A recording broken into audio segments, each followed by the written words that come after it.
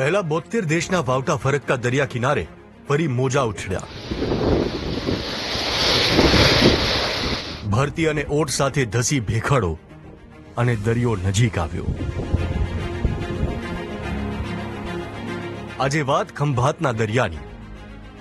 હાલની સ્થિતિ, ઇતિહાસ અને પાણી રૂપે પ્રકાશિત થયેલા એક કિરણથી ફરી ધમધમશે ખંભાત બંદર. આ જાણવા ભાસ્કર ગ્રાઉન્ડ પર પહોંચ્યું.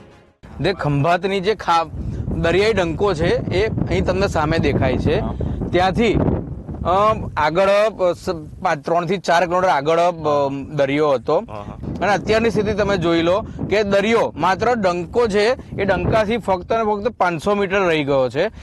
સિટીથી 2-3 કિલોમીટરના રસ્તા પર જતા કાંપવાળી જમીનમાં 25 થી 30 ફૂટ સુધી ભેખડો ધસેલી જોવા મળી.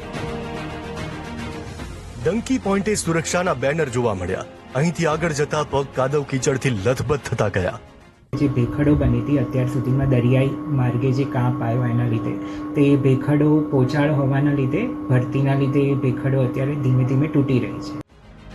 એસઆરડી સાગર તટરક્ષક દળના જવાનોને પણ સતત વોચ રાખવા એલર્ટ કરવામાં આવ્યા છે.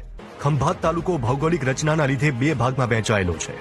બોરસદ અને પેટલાદનો ભાગ ચરોતર કહેવાય છે અને ખંભાત સિટીથી વટામણ ચોકડીનો વિસ્તાર ભાલ કહેવાય છે. હાલમાં ભાલ વિસ્તારના ગામોથી દરિયો સાવ નજીક આવી જતા કુતૂહલ સર્જાયું છે. ખંભાતમાં રહેતા 69 વર્ષીય જીતેન્દ્ર કુમારે 1968ની સ્થિતિને વાગોળતા કહ્યું, અંદાજે 3 થી 4 માળનું મકાન જેટલું ઊંચું હોય એટલા ઊંચા ઉછળતા મોજા. આખો વિડિયો જોવા માટે ડાઉનલોડ કરો દિવ્ય ભાસ્કર એપ.